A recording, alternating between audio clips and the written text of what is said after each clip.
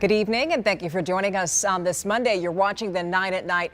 I'm Stephania Jimenez. At the top now, Congressman Joaquin Castro's office says that he's been diagnosed with cancer. Castro was released from MD Anderson in Houston today after having surgery to remove malignant tumors from his small intestine.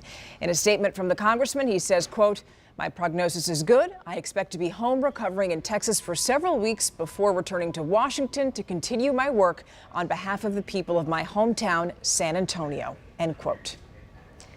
In other news, the city euthanized 2 of the dogs that were involved in Friday's vicious attack that ended in a man's death. But those dogs aren't the only ones wandering loose in San Antonio streets. Our Garrett Berger takes a look at the city's pervasive problems with stray dogs. And the thing is that many of them do have a home. The sight of loose dogs isn't exactly strange in San Antonio. For Francis Flores on the west side, it's not even a concern anymore. At first when we didn't know, but since they're always around now, they don't bite, and so it doesn't make a difference anymore. That wasn't the case Friday, where an 81-year-old man was killed by at least 2 pit bulls less than 2 miles away. Deadly consequences like that may be rare, but the problem is not.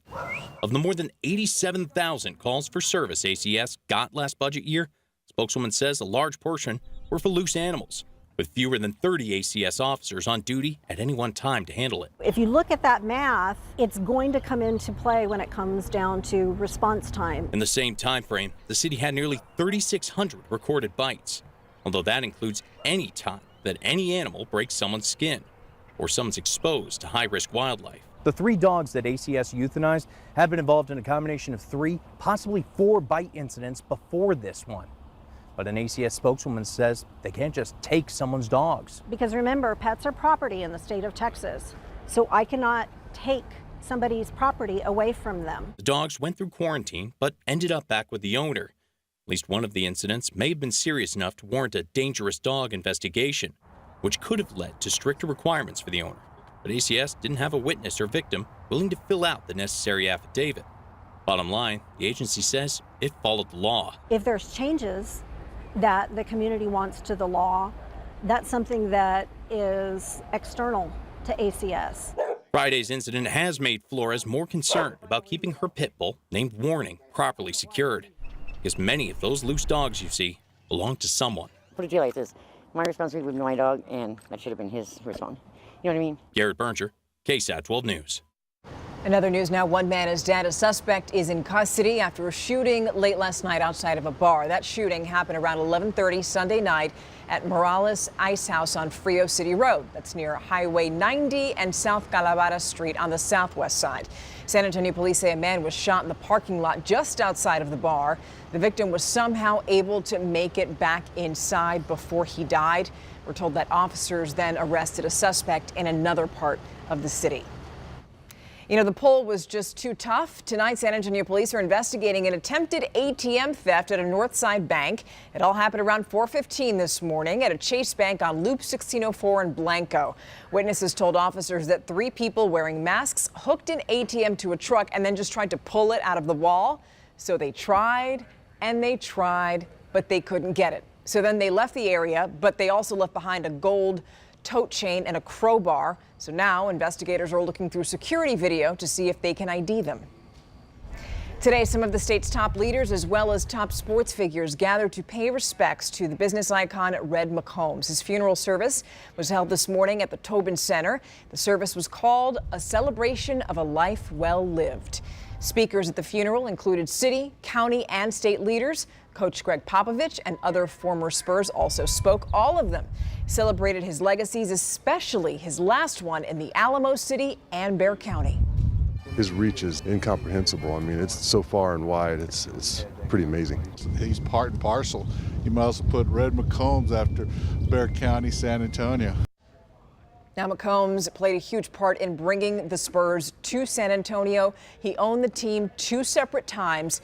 He passed away last week, surrounded by his loved ones at the age of 95. All right, so it was a warm day. Let's see what the rest of the week has in store. Here's meteorologist Adam Caskey.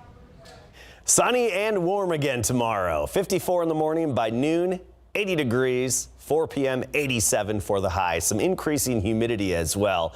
That'll lead to morning fog on Wednesday and another round of fog Thursday morning. But those afternoons will be plenty warm. Upper 80s, even near 90 degrees on Thursday. Also becoming windy. Some gusts Thursday evening could get up to 50 miles per hour. A slight chance of rain with that cold front Thursday evening, only at 10%. And then by Friday, highs are back down in the 70s. So tomorrow's an important day. Millions of Americans who owe billions in student loans are going to be watching the Supreme Court tomorrow as it starts to hear arguments and cases challenging the president's loan forgiveness plan. That policy, some say, is an overreach of executive power. Some states also say it's going to hurt them financially. And that's something they have to prove to the Supreme Court judges.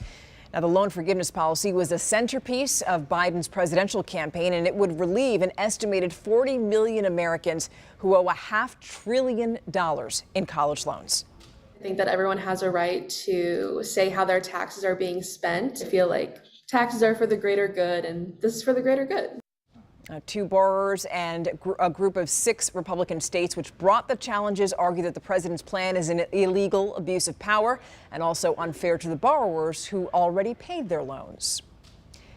Back here at home, city leaders announcing the Federal Aviation Administration is approving a multi-million-dollar grant for the San Antonio International Airport. That grant is worth $20 million.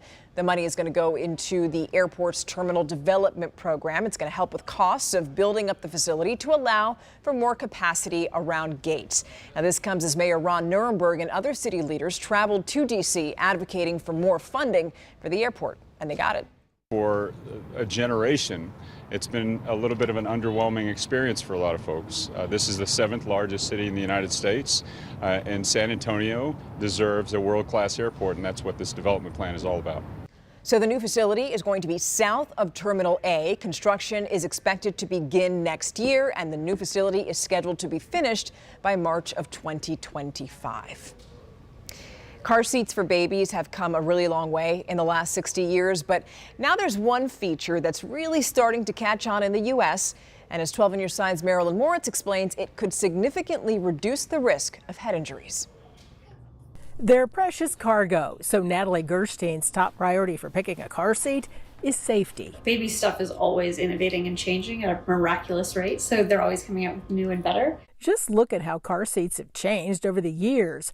Now, one clever feature that started in Europe is now becoming more available here. It's called the load leg. It gives extra support by extending a leg from the car seat base to the car floor. It allows for crash forces to be absorbed more so by the car seat and the load leg, and less crash energy to be transferred to your child occupant.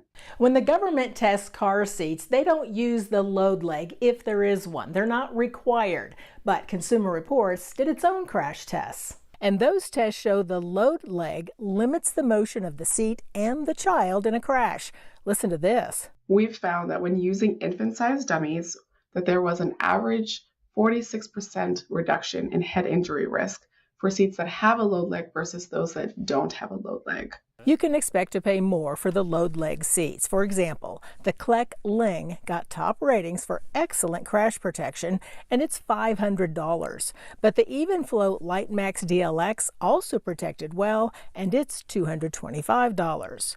Before you buy a car seat with a load leg, make sure your car is compatible and check the manual.